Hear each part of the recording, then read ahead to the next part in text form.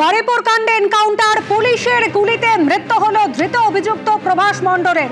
গতকাল মাঝরাতে প্রভাস মণ্ডলকে নিয়ে গিয়েছিল পুলিশ ঘটনার পুনর্নির্মাণের জন্য এবং সেই সময় পালানোর চেষ্টা করে প্রভাস মণ্ডল।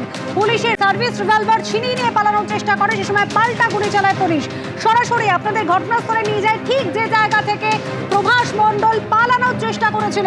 এইরকম জিনিস হওয়ার দরকার আছে। এরকম পুলিশের উপর হামলা হবে, অস্ত্র নিয়ে পালাবে, এ কি সেই সরকার তো নয়।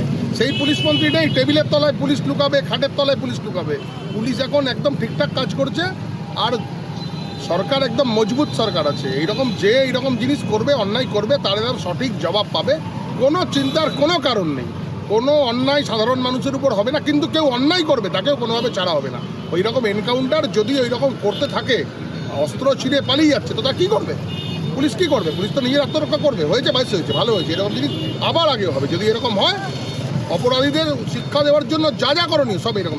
গতকাল মাঝরাতে তার মৃত্যু হয়েছে পুলিশি এনকাউন্টারে। প্রভাস মণ্ডলের মা তিনি বলছেন, ছেলে যে ঘৃণ্য কাজ করেছে তারপরে দেহ আনতে যাব না, যা শাস্তি উপযুক্ত তাই হয়েছে। দেখুন, ও যেরকম কর্ম করেছে, মারা গেছে, ও যেন দুষ্কর্ম করেছে, আমার কোনো আর আপত্তি নেই, আর কষ্ট নেই, আর দুঃখ নেই। ও যেরকম একটা মেয়ের কষ্ট দিয়ে মেরেছে, ও তো সেই মরেছে।